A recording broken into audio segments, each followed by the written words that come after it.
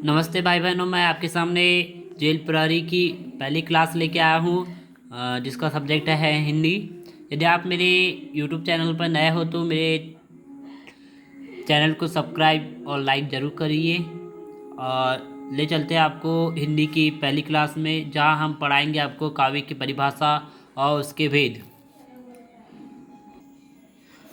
तो हम आपको बता दें कि काव्य में हम आज की क्लास में पढ़ेंगे कि काव्य की परिभाषा कितनी प्रकार की है और किन किन महाविचारों ने अपने विचार से काव्य की परिभाषा दी है, और उसके भेद को हम आज पढ़ेंगे। तो काव्य की कुछ परिभाषा है, इस प्रकार से है कि रसात्मकम वाक्यम काव्यम, जिसका अर्थ है रसयुक्त वाक्य ही काव्य है। यह जो विचार है, कहना चाहिए जो परिभाषा है, आचार्य विश्वनाथ जी ने दी थी। और दूसरी परिभाषा है रमणीयार्थ प्रतिपादक शब्द काव्यम, यह जिसका अर्थ है रमणीय अर्थ को व्यक्त करने वाली शब्दावली काव्य है। यह कहा था पंडित राज जगन्नाथ ने। तीसरी परिभाषा है हमारे सामने। देखिए, ये मैंने अलग अलग बुक से, मैंने अलग अलग विषयों से मैंने इसे निकाला है। प्लीज़ यदि आप मेरे चैनल पर फर्स्ट टाइम देख रहे होंगे तो इसे ज़रूर करके लाइक कर दीजिए और सब्सक्राइब करना ना भूलें। तो तीसरी परिभाषा है जो उक्ति हृदय में कोई भाव जागृत कर दे या उसे प्रस्तुत वस्तु या भावना में लीन कर दे, उसे कविता कहते हैं, उसे काव्य कहते हैं। रामचंद्र शुक्ल ने कहा था, इस प्रकार की परिभाषा उन्होंने व्यक्त की थी अपने विचारों से।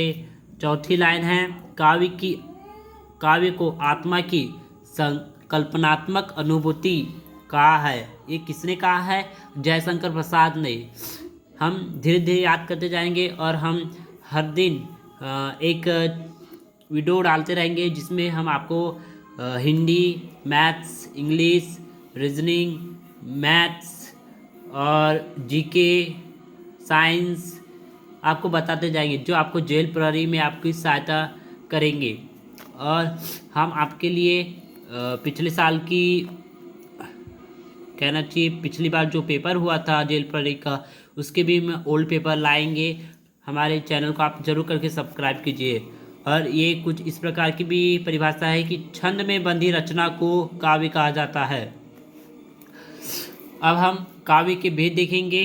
जो इस प्रकार से मैंने इसे रचा है और इस प्रकार से मैंने इसे बनाया है कि काव्य के दो भेद होते हैं। कितने भेद होते हैं? दो भेद होते हैं, एक श्रव्य काव्य और एक दृश्य काव्य। श्रव्य काव्य जिसे हम ऐसे काव्य जिससे हम सुन सकते हैं।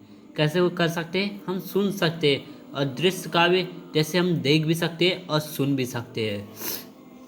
तो जैसे हम बता दें, श्रव्य काव्य की भी दो भेद है, एक प्रबंध काव्य, एक मुक्तक काव्य।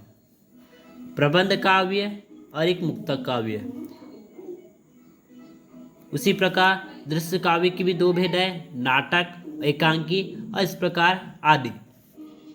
यहाँ पे प्रबंध काव्य के भी दो भेद बताया गया है, एक महाकाव्य, खंड काव्य।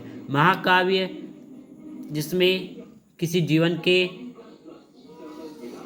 संपूर्ण जीवन का विचित्र उल्लेख किया जाता है, महाकाव्य कहलाता है। और खंड काव्य जिसमें किसी एक घटना का उल्लेख किया जाता है, उसके जीवन की किसी एक घटना का प्रदर्शन किया जाता है या लिखित रहता है, उसे खंड काव्य कहते हैं।